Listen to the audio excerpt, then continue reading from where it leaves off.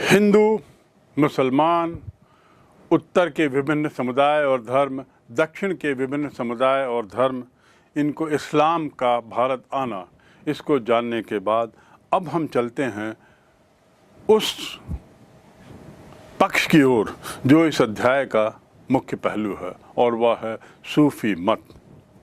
जैसा आप जानते हैं कि स्थानीय परंपराओं के मिलान से या उसके मिलन से जो मूलभूत धर्म हैं उसमें स्थानीय परंपराओं का प्रभाव दिखता था और वे अलग अलग क्षेत्रीय एक अपना अस्तित्व बना लेते थे।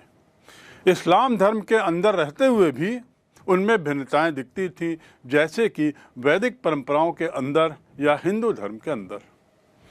सूफी मत एक उसी तरह का विचार था, एक उसी तरह का समुदाय था। जहाँ तक सूफी मत के विकास की बात है, इसके लिए हमें जाना होगा, जानने के लिए सर्वप्रथम कि जब 711 ईस्वी में मोहम्मद बिन कासिम ने हमला किया और सिंध पर विजय प्राप्त की, उसके बाद उसको कैलिफ के शासन में मध्य एशिया में जहाँ खलीफा का शासन था उसमें उसको मिला लिया गया, और उसके परिणाम स्वरूप खलीफा ने मोहम्मद बिन कासिम को इस क्षेत्र का एक तरीके से राज्यपाल घोषित किया, उसे अपना दूत, उसे अपना यहाँ का सर्वे सर्वा बनाया। और यहाँ से शुरुआत होती है भारत में इस्लाम के आने की। 1206 आते आते दिल्ली में सल्तनत की स्थापना हुई और इसके साथ हम कह सकते हैं इस्लाम भारत आ गया। और यह 1206 की बात है, यानी आज से ठीक लगभग 800 वर्ष पूर्व इस्लाम भारत पहुंचा। जब मोहम्मद बिन कासिम यहाँ का राज्यपाल था और उसके बाद के शासन में खलीफा और खिलाफत का असर भारत में दिखने लगा, तो उसकी निरंकुशता, उसके कठोरपन, उसके कठोर धार्मिक विचारों को लेकर इस्लाम समाज के अंदर ही कुछ ऊहापोह मची थी। और उसी ऊहापोह का परिणाम था कि कुछ इस्लामिक अनुयायी वैराग्य की ओर मुड़ गए, अध्यात्मवाद की ओर मुड़ गए, और यही वैराग्य और अध्यात्मवाद उन लोगों में सूफी मत के रूप में दिखाई देने लगी। तो इस प्रकार हम कह सकते हैं कि ये जो सूफी मत था, यह एक तरीके से इस्लाम में बढ़ती हुई कठोरता का परिणाम ही था। हिंदू मुस्लिम एकता, भाईचारा इनका मुख्य सिद्धांत था। ये लोग देखना चाहते थे कि हिंदू और इस्लामिक अनुयायी एक रहें, उन दोनों के बीच में भाईचारे की भावना रहे, और ये लोग पैगंबर को एक पैगाम कामिल कहते थे। पैगाम कामिल अर्थात ऐसा व्यक्ति जिसने कोई गलती न की हो। पैगंबर मोहम्मद को सूफी मत के लोग पैगाम कामिल अर्थात ऐसा व्यक्ति जिसमें किसी भी तरह की गलतियां ना हुई हों, ऐसा उसको मानते थे और उनके अनुकरण की सीख देते थे कि हम ऐसा जीवन जिएं जैसा मोहम्मद पैगंबर ने दिया है या मोहम्मद पैगंबर ने किया है, जिसमें उन्होंने किसी तरह की गलती ना की हो। इनके जो सूफ़ी संतों के या सूफ़ी अनुयायियों के जो ग्रंथ हैं, उसमें उन्होंने कुरान की जो व्याख्या की है वो अपने निजी अनुभवों के आधार पर की है। तो इस प्रकार इनकी जो रचनाएं हैं वे मूलतः इस्लामिक रचनाओं से थोड़ी भिन्न हैं। आखिर सूफी मत के सिद्धांत क्या हैं?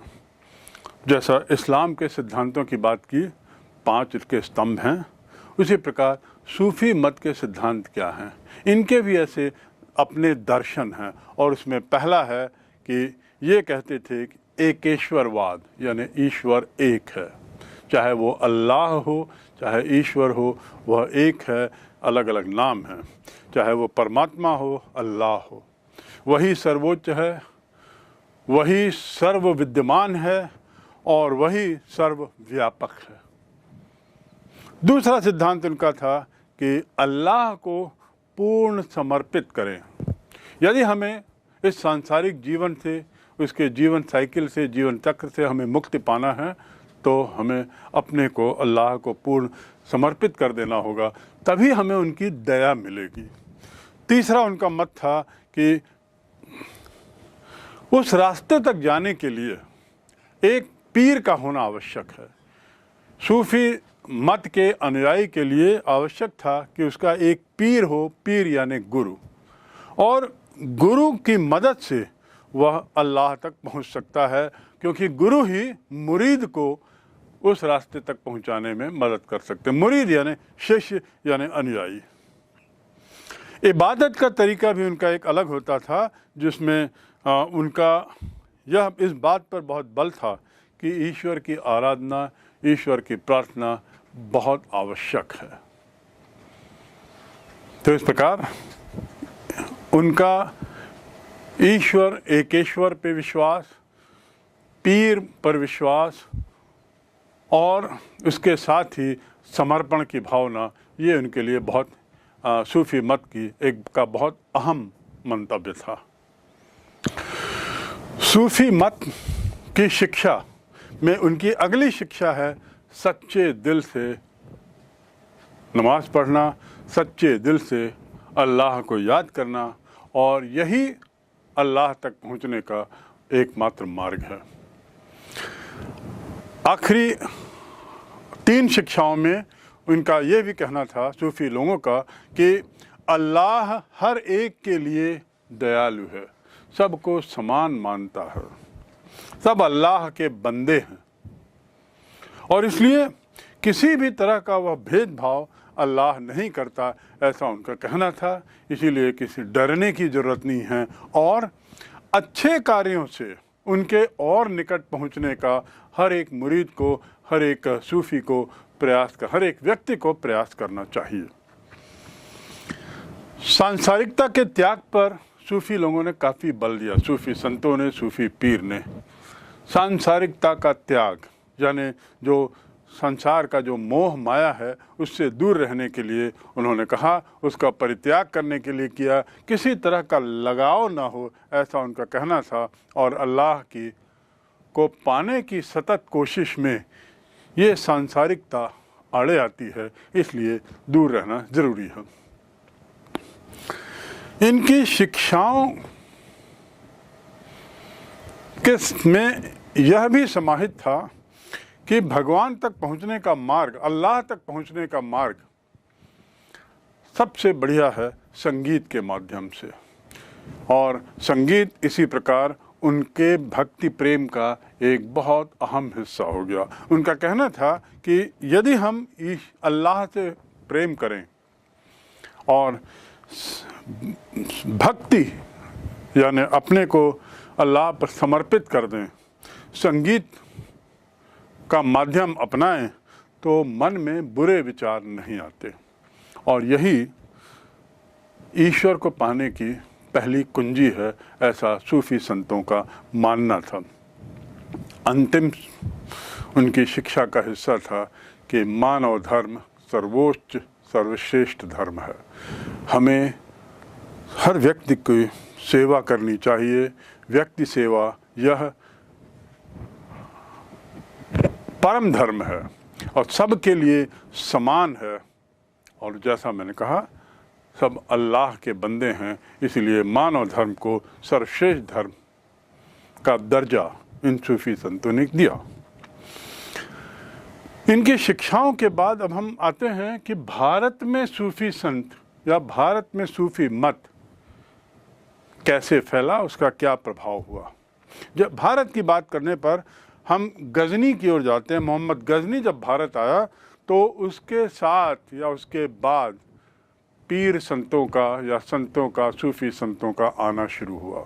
इनमें अनेक संत आए। दातागंज संत जो हैं, जो दातागंज बख्श जिनका मकबरा लाहौर में है, ये सबसे प्रसिद्ध संतों में उस काल के माने जाते हैं। इसके अलावा दूसरे संत हैं लखदाता।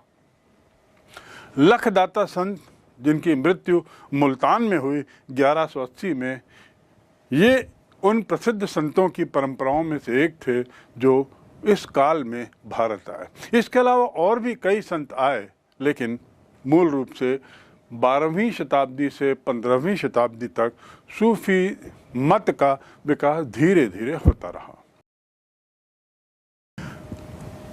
अब जब ये सूफी मत जैसे जैसे विकसित हो रहा था, उसके संगठन की आवश्यकता बढ़ती जा रही थी। हम किसी भी धर्म को देखें, जैसे जैसे विस्तारित होता है, बढ़ता है, उसमें एक ऑर्गेनाइजेशनल स्ट्रक्चर की जरूरत पड़ती है, एक ऐसी व्यवस्था की जरूरत पड़ती है जिसके तहत इसके प्रचार प्रसार में और इसके पालन अनुपालन में किसी तरह का व्यवधान ना हो।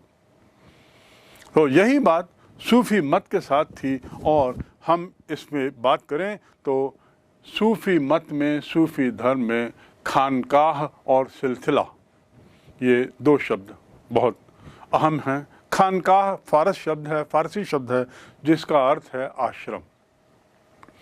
सूफी मत में खानकाह के इर्द गिर्द सूफी पीर और मुरीदों का जीवन बीतता था। जैसा मैं, खानकाह यानी आश्रम होते थे और उनमें समुदाय जो होता है वो संगठित समुदाय एक बांध के रखने के लिए ये आवश्यक था कि इस तरह के खानकाह और सिलसिला की व्यवस्था हो और उसी के तहत ये आश्रम होते थे। यहाँ पर पीर और मुरीद के संबंध, पारस्परिक संबंध बड़े ही स्पष्ट रूप से बताए गए थे। और इसका जो खानकाह का जो नियंत्रण था, जो वहाँ के शासन व्यवस्था थी, शासन तो नहीं कहना चाहिए बल्कि जो वहाँ की जो ऑर्गेनाइजेशनल व्यवस्था थी, उस व्यवस्था को देखने का काम शेख करता था या मुर्शिद कहते थे, और कई बार तो पीर स्वयं ही उसके सर्वे सर्वा होते थे।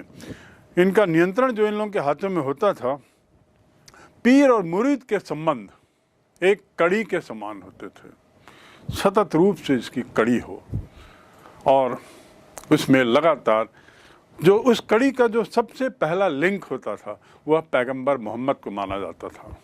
और ऐसा माना जाता था कि पैगंबर मोहम्मद से उनके विचार इस कड़ी के माध्यम से पीर और पीर के माध्यम से उनके मुरीदों तक जाते हैं और फिर मुरीद भी आगे उनके विचारों को बढ़ाते हैं। तो एक कड़ी के रूप में ये अपने संबंधों को परिभाषित करते थे। अब यदि हम परंपरा को देखते हैं तो ये पीर के लिए आवश्यक था कि वे अपनी मृत्यु के पहले अपना उत्तराधिकारी घोषित कर दे। यानी पीर का ही यह जिम्मेदारी होती थी कि वह उत्तराधिकारी घोषित करे और अपनी मृत्यु के पहले सुनिश्चित करे कि एक ऐसा उत्तराधिकारी जो सर्वमान्य हो वह घोषित हो जाए और वह उस खानकाह में रहे अपने मुरीदों के साथ।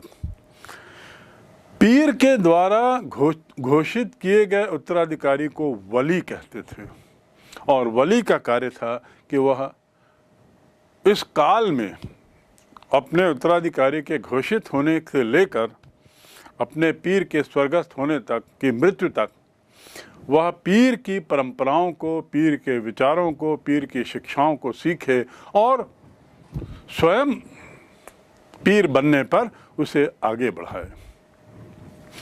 सूफीवाद में कई पंथ हुए। स्वाभाविक है, क्योंकि उसमें क्षेत्रीयता का भी समायोजन होता गया, स्थानीय परंपराओं का भी सम्मिश्रण होता गया, तो थोड़े थोड़े परिवर्तन अलग अलग जगह आए, जिसका परिणाम था उसमें भी कई पंथ बने, जिसे हम सिलसिला, सूफी भाषा में उसे सिलसिला कहते हैं। सिलसिला, ये सिलसिला एक तरीके से एक संगठित व्यवस्था थी और एक सिलसिला का मुखिया एक पीर होता था, एक संत होता था।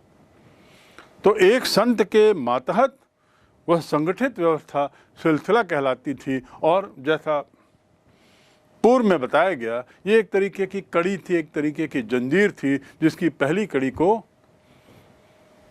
पैगंबर मोहम्मद के रूप में देखा जाता था और ऐसा माना जाता था कि इस कड़ी के प्रारंभ से, वहीं से पैगंबर मोहम्मद से ही आध्यात्मिक शक्ति और साथ ही उनके आशीर्वाद पीर से होते हुए फिर मुरीद तक पहुंचते हैं। प्रत्येक सिलसिले का नेतृत्व एक पीर करता था और वो संत ही होता था। मुरीद की दीक्षा के लिए विशेष तरह के अनुष्ठानों की व्यवस्था की गई थी, नए नए अनुष्ठान ईजाद किए गए थे और उसमें ये शामिल था कि जो दीक्षित है वह ऐसा करते वक्त वचन देगा और साथ ही अपना मुंडन करा के वस्त्र धारण करेगा, विशेष वस्त्र धारण करेगा। इस प्रकार ये जो परंपरा है, ये जो सिलसिला और खानका, इसको सतत रूप से निर्बाध गति से चलने के लिए एक व्यवस्थित परंपरा ईजाद की गई और जिसका पालन, परिपालन, अनुपालन क्षेत्रीय स्तर पर थोड़ी भिन्नता के साथ होते रहा। भारत में सूफी सिलसिले दो प्रकार के थे, एक बाशारिया और दूसरा बेशारिया। बाशारिया और बेशारिया। बाशारिया का अर्थ वह इस्लाम जो शारिया का पालन करने वाले सिलसिले के तहत आता है, यानी जो लोग शारिया का पालन करते थे वे बाशारिया कहलाते थे और बेशारिया जो शारिया में से नहीं वास्ता रखते थे, जो शारिया से बंधे नहीं थे, वे बेशारिया कहलाते थे। खनका, जैसा मैंने बताया, एक तरह के आश्रम, तो खनका का तिरस्कार कर रहस्यवादी तरीकों से रहना, फ़कीरी ज़िंदगी जीना, निर्धनता का जीवन जीना और उसके साथ ही एक तरीके से ब्रह्मचर्य में विश्वास करना, यह बाशारिया का हिस्सा था। और ये लोग बेशारिया के विचारों पर कतई विश्वास नहीं करते थे।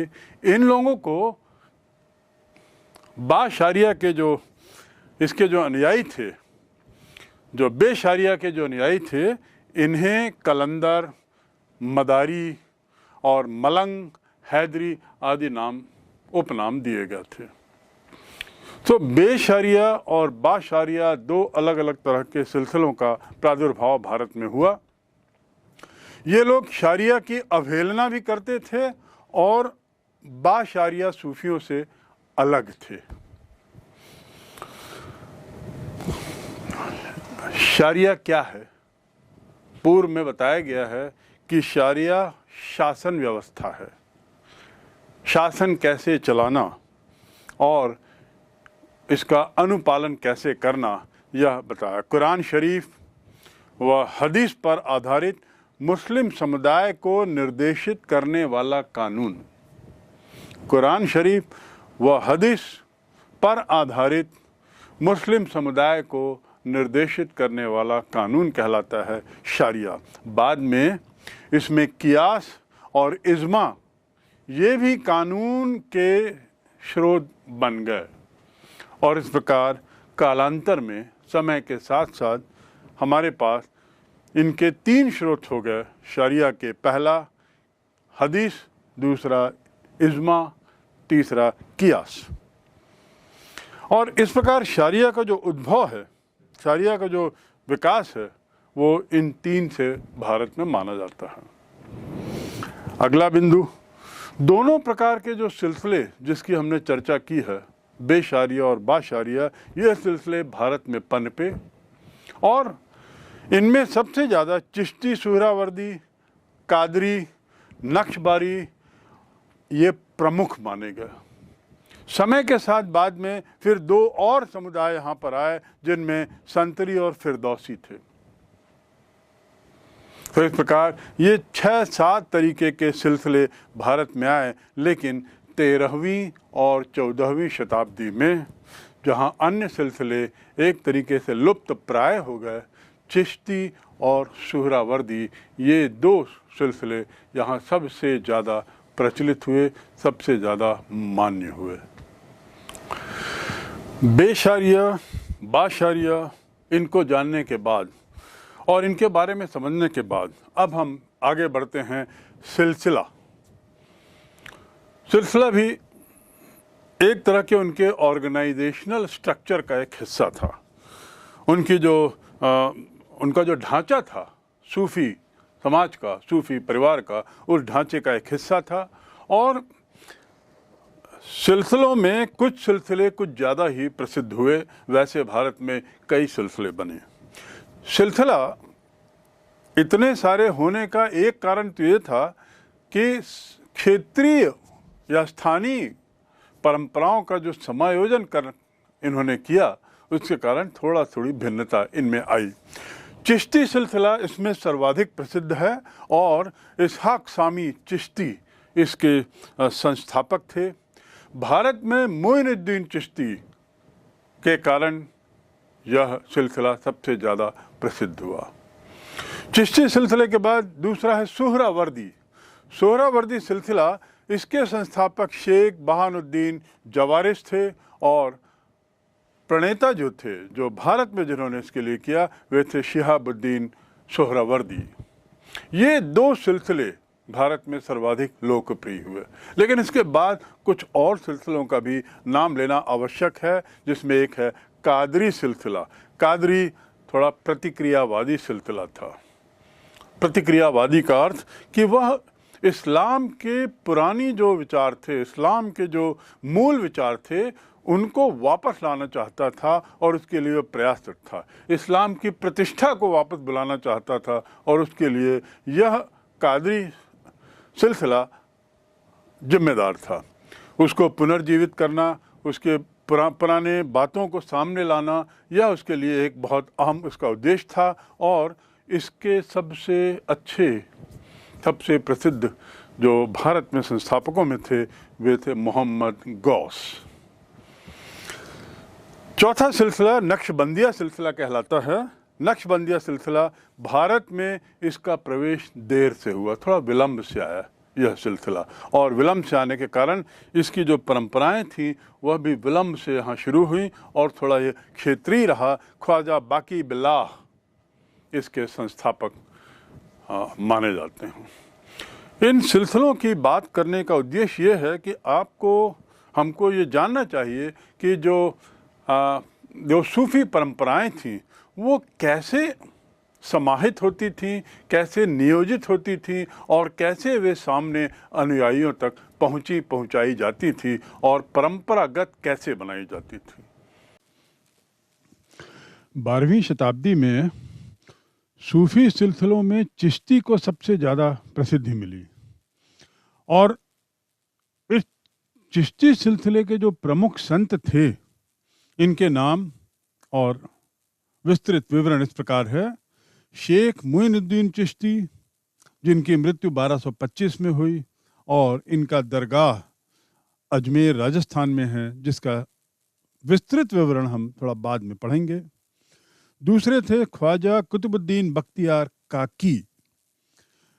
ये 1235 में इनकी मृत्यु हुई और इनका जो खानकाह था वह दिल्ली में था। तीसरे प्रसिद्ध संत चिश्ती ही सिलसिले के शेख फरीदुद्दीन गंज ए शक्कर, जो 1265 में स्वर्गस्थ हुए। अजोधन, जो वर्तमान में आधुनिक पाकिस्तान में है, वहाँ इनकी दरगाह है। और चौथे शेख निजामुद्दीन औलिया, जो सर्वाधिक प्रसिद्ध संतों में से एक थे। इनकी भी मृत्यु 1325 में हुई दिल्ली में। और अंतिम प्रसिद्ध शेख संतों में शेख नासिरुद्दीन चिराग ए दहली, जिनकी मृत्यु 1356 में दिल्ली में ही हुई। दिल्ली में इनकी दरगाह है। तो इस प्रकार 3 लोगों की दरगाह दिल्ली में है, एक संत की दरगाह अजमेर में है। भारत में चिश्ती सिलसिले के संस्थापक मोइनुद्दीन चिश्ती थे, जो 1192 में आए और कुछ समय तक लाहौर और दिल्ली में रहने के बाद अजमेर चले गए। बचपन से मोइनुद्दीन ईश्वर के भक्त थे और विश्वास था कि दीन दुखियों की सेवा ही सर्वोच्च भक्ति है।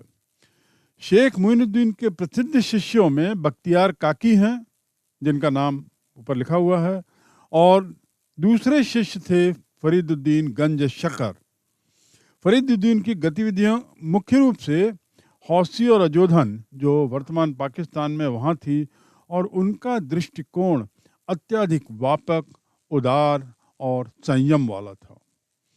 उनके मन में जीवन के प्रति दया, असीम भावनाएं विद्यमान थी, और उनके कुछ छंदों को सिखों के आदि ग्रंथ में भी सम्मिलित किया गया है। चिश्ती संतों में निज़ामुद्दीन औलिया और चिराग दहली सबसे ज़्यादा प्रसिद्ध थे, और सादा जीवन, उच्च विचार में इनका विश्वास था। इनके अनुयायियों में हिंदू, मुस्लिम और उसके साथ ही महिलाएं भी थीं। निसंकोच मिलना जुलना, हिंदवी में बातचीत करना इनकी प्रसिद्धि का कारण था। पंजाब में बाबा फरीद ने तो अपने संदेशों का प्रचार करने के लिए छंदों का सहारा लिया, और वो भी क्षेत्रीय भाषा में, पंजाबी में। इनके छंदों के कुछ अंश भी गुरु ग्रंथ साहिब में मिलते हैं।